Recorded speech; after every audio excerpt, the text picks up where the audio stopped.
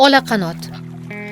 Olaqanot zaif, kamayib borayotgan, uchib o'tuvchi, uyalovchi tur. Bu o'rdaklar oilasiga mansub juda chiroyli va noyob qushdir.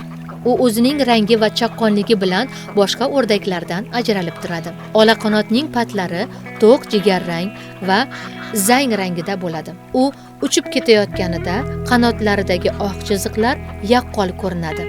Shuning uchun ham uni olaqanot deb atashadi.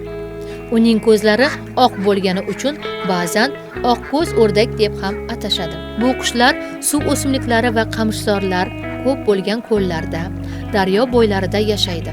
O'zbekistonda ularni Amudaryo va Sirdaryo bo'ylarida, Sudoche, Dengiz-ko'l va Arnasoy ko'llarida uchratish mumkin.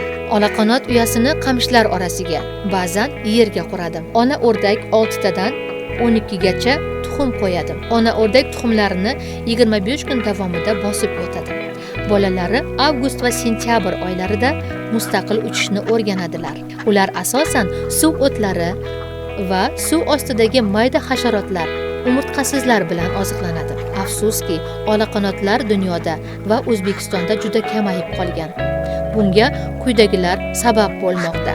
Suvlarning kamayishi, ya'ni ko'llar qurib qolsa, ularning uyi vayron bo'ladi. Qish haddan tashqari sovuq kelsa, ular nobud bo'lishlari mumkin. Ovchilik, odamlarning noqonuniy ovlashi ularga katta zarar yetkazadi. Olaqanot O'zbekistonning Qizil kitobiga kiritilgan. Uni ovlash qat'iyan taqiqlanadi va davlat tomonidan muhofaza qilinadi. Bilasizmi, olaqanotlar qishda issiq o'lkalarga, Hindiston, Pokiston, Shimoliy Afrikaga uchib ketishadi. Bahor kelishi bilan esa yana bizning yurtimizga qaytib kelishadi.